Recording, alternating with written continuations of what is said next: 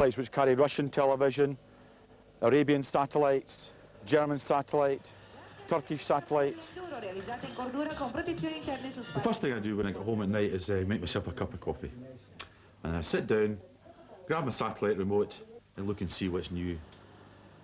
And it's quite tremendous to think that you're sitting here in Britain watching a channel that somebody over in Crete or in Egypt or Tunisia or South Africa or in Moscow is also watching. On top of all these channels, which are virtually full-time transmissions, you also get occasional transmissions of 2 or 3 hours a night, or maybe only 2 or 3 hours a week. And things like Vatican TV is a good example of that.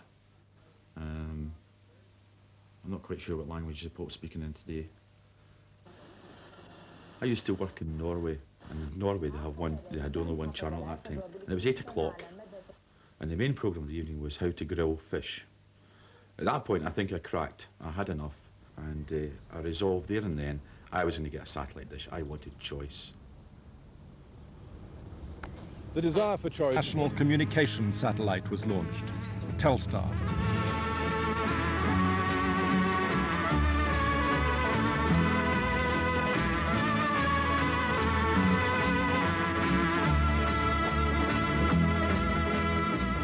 In a very few minutes, you're going to see those pictures that are on the monitors now, transmitted live across the Atlantic, 3,000 miles. No tape, no recording. Everything's happening as you see it happening. My name's Richard Dimbleby. I'm talking to you at the moment from the control room of Eurovision in Brussels. Hello, America. Are you receiving our pictures from Europe, please? We now have Big Ben on our monitors here, Mr. Dimbleby. So go, Europe, go. Hello, North America. July the 23rd, 1962. This is your first view of our continent, live as you watch it at this moment. There, in the foreground, a London policeman talks to, I'm told, American visitors in London. Big Ben in the background, the police woman in her familiar uniform at his side.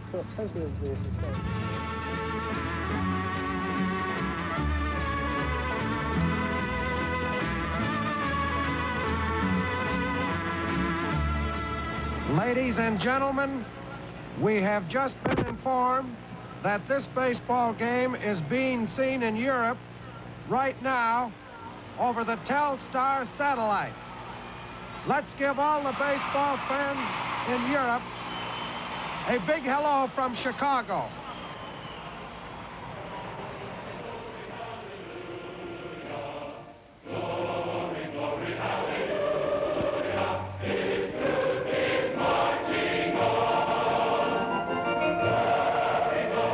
I understand that part of today's press conference is being relayed by the Telstar communications satellite to viewers across the Atlantic, and this is another indication of the extraordinary world in which we live. And I think this understanding, which will inevitably come from the speedier communications, is bound to increase the well-being and security of all people.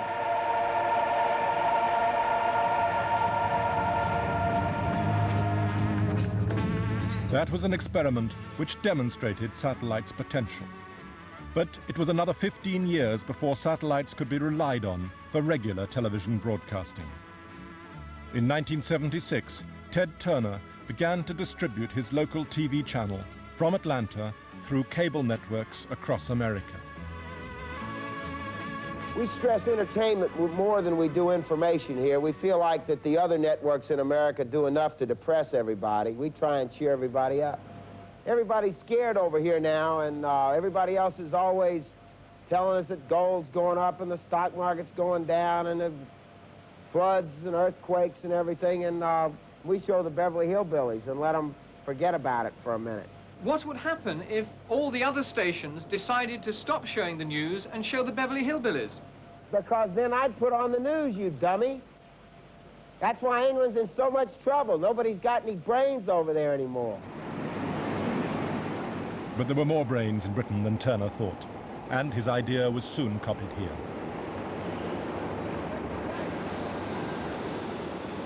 In 1982, Sally Harrison presented Europe's first ever satellite TV program.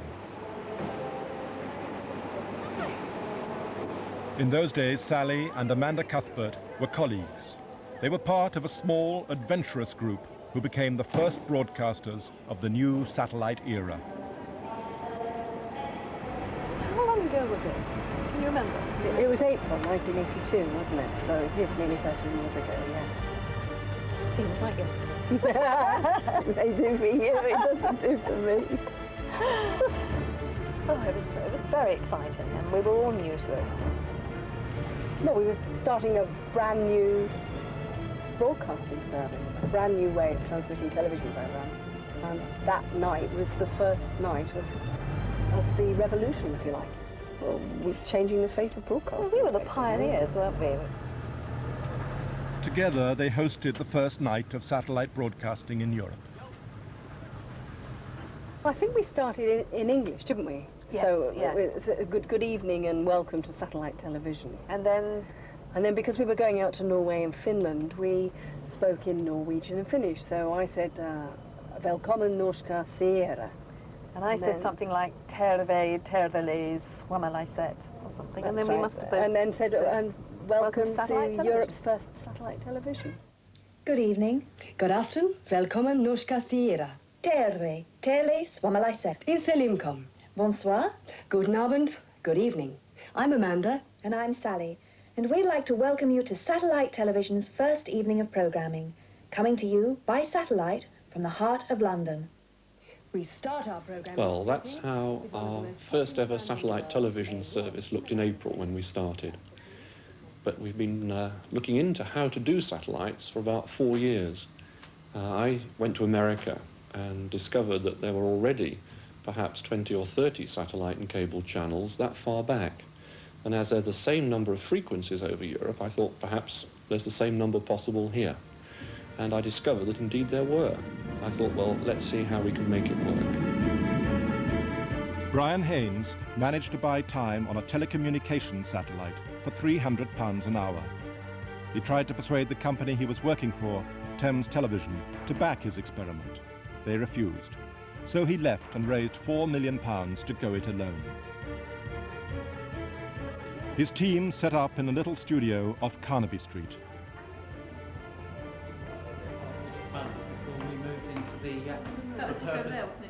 Programs were broadcast by satellite to regional centres and then carried on cable to people's homes. But the company had to fight hard to get on air. The satellites were owned by European telephone companies who tried to deny them access. Satellite TV service broke all of the rules. The satellites that we had operating across Europe at that time had been designed for telephone calls between European countries. Then we had this bunch of people, free-thinking entrepreneurs come forward with this apparently crazy idea to use those satellites to transmit TV programs. Good evening, welcome to Monday night's viewing. Welcome to Monday's viewing, then.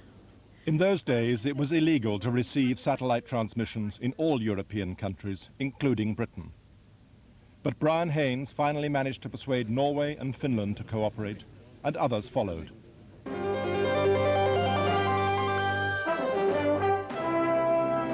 The energy from the satellite falls down over the whole of Europe, all the way from North Africa, right over Russia, all the way up to the Arctic Circle. And on the yellow pins, which we've got here in Helsinki, here in Oslo, and down here in Zurich, altogether there's about 1/3 homes connected and able to watch tonight, and of course it's growing slowly all the time. But the technology was untried, and the staff often had great difficulty even finding the satellite in the sky. Every night was a new challenge, because as we were broadcasting on a test satellite, which was actually quite old and could be unreliable, we were on a knife edge on many occasions, wondering when and if we would actually get on air. On one particular occasion, we had just begun transmissions and we lost the signal from the satellite. When we spoke to British Telecom, it proved that a repeater station between London and Martlesham had in fact got a fault, and the only way that this could be fixed, because it was an unmanned station, was that the duty engineer had to go out on his bike a number of miles to a hilltop to fix it before we could continue broadcasting. it was the first time anybody had put together a pan-European type of programming. So we were thinking, obviously, very much how channels worked here, but we had to think, well, you know, the Europeans are watching this, so we've got to get comedy, visual things. And I do remember that I think it was a documentary where basically these elephants were kicking this ball about. As well as buying cheap programming from abroad, they showed British golden oldies. But after a year, the money ran out, and the company's backers lost confidence. Then a media mogul began to take an interest. We were looking for more investment in the company, and then 2 journalists turned up one day and had a snoop around, Australian journalists, which later on we discovered were Murdoch's men on the ground sniffing the place out. Clearly, we were anxious not to reveal our identities because obviously our company had a high profile in media. And this was such an experimental environment. We didn't want to get too many people too excited about our interest. So it's true that I wouldn't use the word undercover, but we were working pretty hard not to reveal our identities. Their report was persuasive. In 1983, Rupert Murdoch, already the owner of Britain's News of the World, Sun, Times and Sunday Times, decided to buy Satellite TV Limited. He changed its name to Sky Channel. We tried very hard to keep it British. We tried very hard not to sell it to Murdoch. But in the end, his pockets were the deepest. And after we'd sold it, we were summoned to his office in Gray's Inn Road. Split-level office. We sat on the lower level in our big bungee sofa. He sat at his desk, considerably higher than us, and just said, well, what have I bought? He was looking at the programming schedule, and he saw the movies and the cartoons, and then he picked on a title which was called Window on the World, and he said to me, what's this particular series about? And I said, well, I've bought a series of documentaries. And he stopped me, and he said, I know what you've done. You've bought a load of crap and given it a good title. And I thought, oh God, you know, this is a good start. Then he laughed, and he said, don't worry, we do exactly the same in Australia. Thank you, Kate, and welcome everybody to the Sky Channel. The government had changed the law, so satellite television could now be received in Britain. But it was only available through cable, so the British audience for Sky was very small, about 10,000 homes in the test area of Swindon. I can remember in 1984 Rupert Murdoch saying to me, this thing is not going to be a business until you can deliver a satellite signal to a dish the size of that coffee table. And I can remember looking down at this coffee table and thinking, it's technically impossible. In Luxembourg, the impossible was beginning to happen.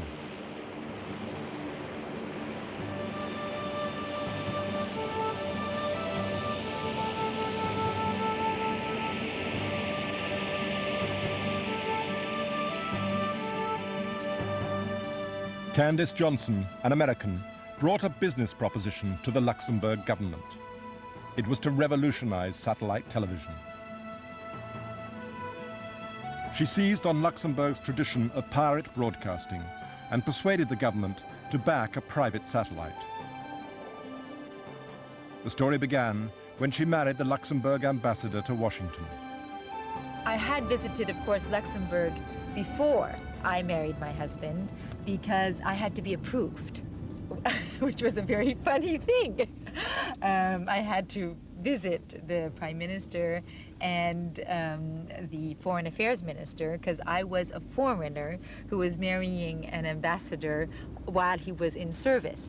And so my mother bought me a new suit and I flew to Luxembourg to be approved. Before I married my husband, I told him, I said, well, I will marry you, but I will keep my name, my money, and my career. And I wanted to be, however, I wanted to be a good ambassador's wife. I wanted to do something for Luxembourg, but I wanted to do it my way. And so I thought, well, what could I do for Luxembourg? And I come from what I call a satellite family. My father was one of the first pioneers in satellite communications. He was the assistant head of the Office of Telecommunications Policy for the United States, for President Kennedy, for President Johnson. So I thought that this was something that I could do for Luxembourg. And I wrote to the Prime Minister in June of 1982. And I said, well, you know, here I think this is why Luxembourg should have a private satellite, and this is how you could do it. So then, in February of 1983, a number of people, we worked, and we got together an idea for Luxembourg to have a multinational private satellite.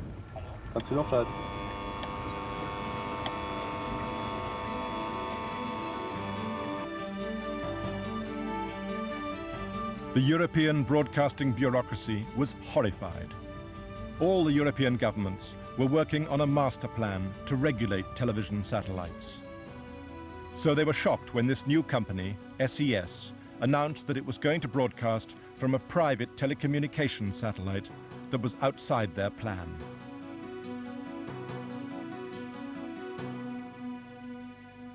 Now, everybody was against it. I mean, everybody. The monopoly PTTs, the Post and Telecommunication Companies, they didn't like this private satellite project because they all had their own public satellite projects. The broadcasters, the state monopoly broadcasters, they didn't like this project either because this was going to infringe on their territory. It was going to let somebody else come into their playing field, and they didn't like it either. The main opposition to SES came from the telephone companies and through their satellite organization, Eutelsat. They could not imagine that there could be a competitor, privately driven, which would do the same job that they were thinking they should do. The new satellite was called Astra. Most telephone companies wanted to keep it out, but one was prepared to break ranks and team up with Astra. It was British Telecom. We were facing a set of prejudices, but we were resolute. We were convinced that it was the right way for a successful telecommunications company to behave, and certainly a telecommunications company that wanted to continue to be successful into the future. So we stuck to our guns. Steve Main, who was their kind of head of broadcasting, I believe, at that point, he said, okay, we are going to support this Astra satellite. And they supported us within these Eutelsat Council meetings. And as a result, we got the Astra project through a lot of the barriers that we couldn't have gotten otherwise. Now, the interesting thing was that BT was a major partner in both Intelsat and Eutelsat. And when it suddenly announced it had done a deal with this private sector operation called SES, or now known as Astra, everyone sat up and said, what on earth is going on? Why is BT breaking rank with the other PTTs, with the other telecommunications operators internationally? What on earth's going on? Is there about to be a sea change in things?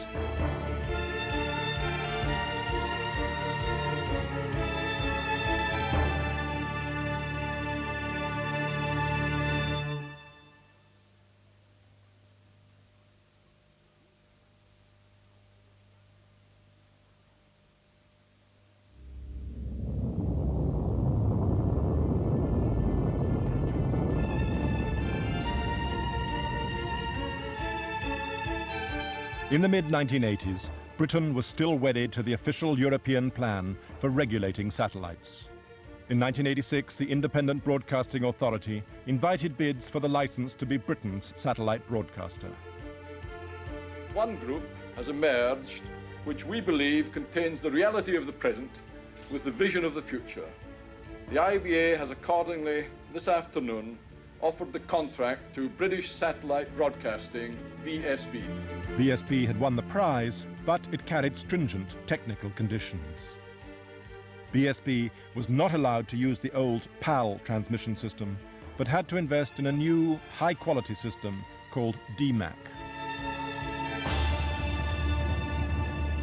The IBA gave us to understand that DMAC was it. and that PAL wasn't it. We pressed them on this very strongly, and I remember the IBA engineers explaining that the PAL signal was of a quality that would never be acceptable to people who saw off-air television in this country in all its glory. That the PAL signal would be so snowy and broken up and so on. They said if it rained, it would get worse.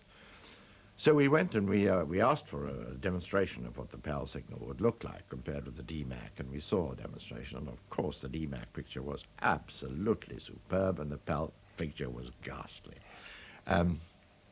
We were leery a bit about this, but we were told by the body that was offering the franchise we had to use DMAC, so we planned for DMAC. The technical requirements, of course, were completely beyond me because I couldn't even change a wheel on a car. But people spoke extremely well of them, and these were people that one, of course, rated. And I think that probably the most reassuring thing I thought was that at least these people had got together, I think it was £250 million, and they weren't fly-by-nights. So I thought it was good enough for them, but probably good enough for me. BSB was required to build its own satellites. At the time, both the authorities and the broadcasters believed that only a high-powered television satellite could carry a clear signal to individual homes. In their view, the job could not be done by a medium-powered satellite like Astra. But in Luxembourg, they thought differently. Plans for Astra were already underway. Well, every company in Luxembourg that is worth its salt has a chateau. And so, you know, I'm American, and coming to Luxembourg, which has more than 100 chateaus, although many of them are in ruins, I said, well, it's very clear we have to have a chateau for the satellite. We then drove around on a Saturday in Luxembourg, and of course, you know, Luxembourg is not that large, so we could kind of go and visit all of the possible chateaus. And then we saw this one, and it was in a protected area, and it was, of course, in a ruin, but it was possible that maybe we could get it. Then, of course, we decided that we would not put all of the technology into the chateau, that this would be primarily the offices, the administrative offices. And so then we had a technical facility, and the technical facility, the first one that we had, is actually this building that you see down there. The Astra dream could now become reality. Technical advances meant that signals from medium-powered satellites could be picked up on small dishes. Astra reception is as easy as ABC. For direct-to-home reception, all you need is a small fixed dish antenna of 60 centimeters or more, correctly aligned on the orbital position of the satellites. Rupert Murdoch saw the opportunity that Astra offered. His Sky Channel still only reached a few thousand cable homes in Britain. If Astra worked, he would be able to reach a mass audience. So he seized the chance. Well, it was just one of those risks we had to take.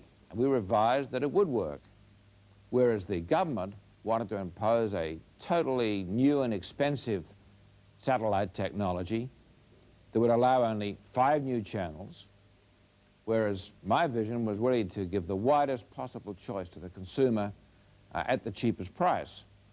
And of course, it was vital for us doing this to be on the air before everyone else.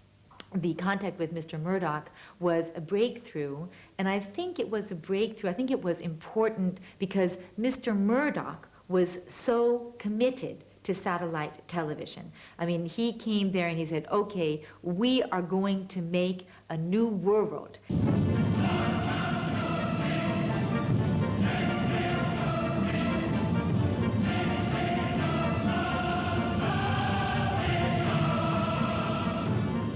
Rupert Murdoch heralded the new world 6 months before Astra was actually launched. He would have to invest £1.8 billion and risk his company to establish his new service.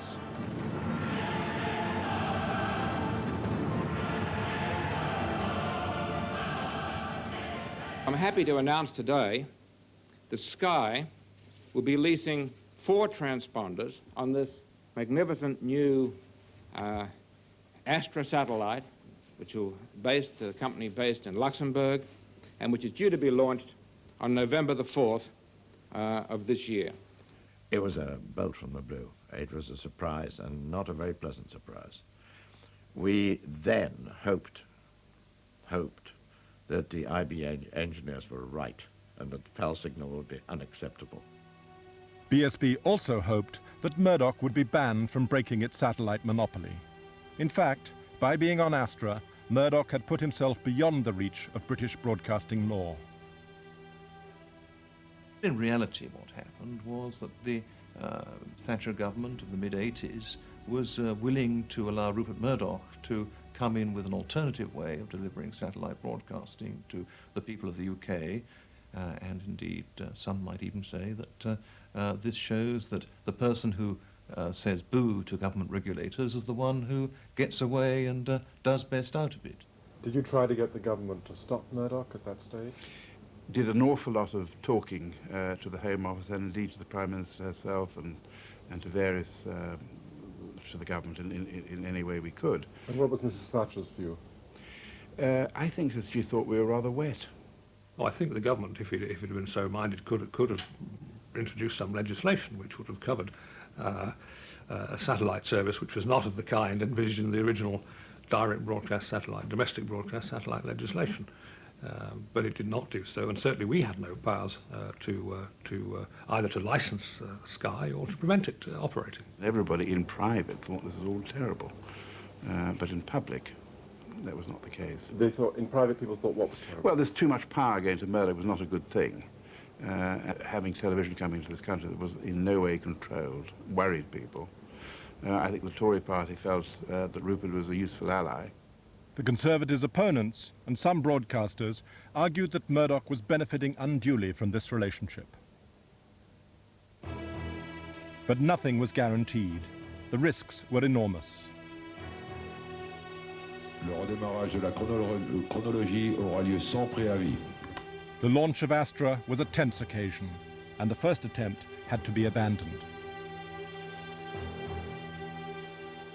I sat there in the control room, and I thought, my God, how could I have done this? And the next day, we were on an island near the Kourou launch site, and it wasn't clear if the satellite was going to go up that night either. And I was really getting worried. And then Mr. Dallest, the president of Ariane Espace, came.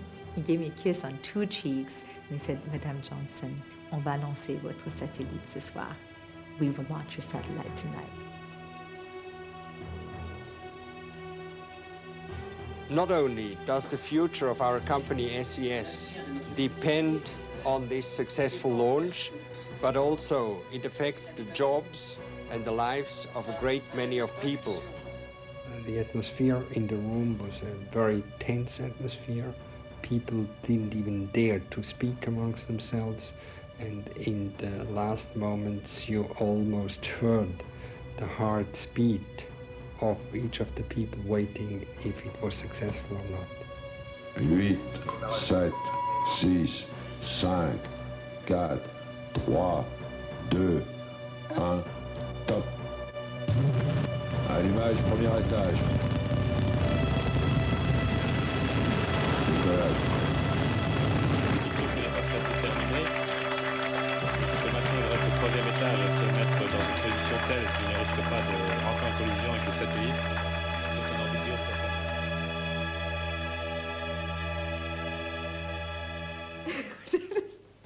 It was really one of the happiest moments of my life.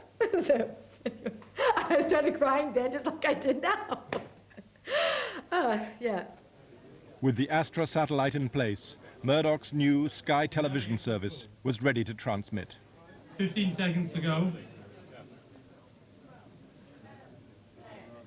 9, 8, 7, 6, 5, 4, 3, 2, 1, go! Sky Television was able to deliver 4 channels direct to people's homes before BSB had even launched its satellite. This is Sky News. 10 Britons will sell their kidneys to this man. The new face of Moore's murderer, Myra Hindley, back in hospital this week. And the heart-lung mother says, "Happy birthday, son." And nobody complained about the picture quality. Alas, the IBA engineers were wrong. The PAL signal, as we all know, is perfectly acceptable. Once we knew that, we knew we had real competition on our hands, and we looked again at our projections, and they did not look nearly as good as they had done. But how could such a huge mistake have been made? Because at that time nobody had actually tested in reality just how possible it would be to deliver PAL systems via a medium-powered satellite, which is what the Astra satellite is and was, into the home. I don't think it's surprising that the IBA and the Home Office at that time didn't recognise the potential from these new satellite systems that we saw. They were custodians, in a sense, of the broadcast establishment. They were custodians of broadcasting history rather than shepherds of broadcast's future.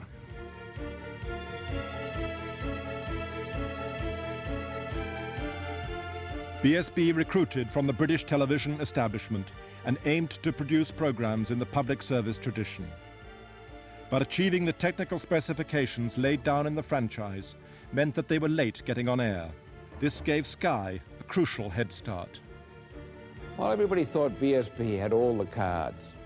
They were the establishment choice with monopoly power and monopoly money. We approached the whole project in a completely different way. BSB preferred fine buildings and big cars, whereas we worked out of prefabs and spent the money on creating a market, selling the idea of television choice, really.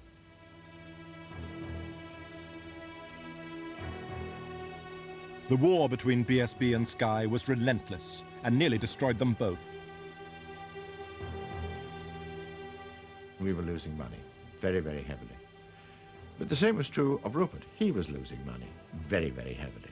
And it, you know, it was a slow bicycle race. I don't know who was losing it quicker than the other one and who was going slower, not wanting to merge. But it was clear as can be that a merger must take place if the thing was going to be viable. 6 months after BSB went on the air, Sky and BSB suddenly announced a merger. Joint Deputy Managing Directors will be Sky's Gary Davey and BSB's Ian Clubb. The merger brings to an end a satellite war, with both parties claiming tonight there can no longer be a loser in the TV space race. The new company was called B-Sky B and was owned equally by Sky and BSB shareholders. But to the outside world, it seemed like a Sky takeover. I've heard the word bloodbath used a lot. I mean, a lot of people tried to portray it as this terrible slashing that was going on, but it was a business reality, and everyone knew it had to be done. There was no painless way to deal with it. The Australians strode in. Rupert sat at my desk. There was the little chap who's done very well for them, who sort of tore down all the non-smoking signs and got through his 60 a day, and there was a sort of violation. It's wonderful. I mean, I do admire Rupert. I think, you know, you just clean out everybody, and therefore there can be no sort of tribal warfare twittering on, as so often happens when you get mergers. I mean, I think that we were killed to a man.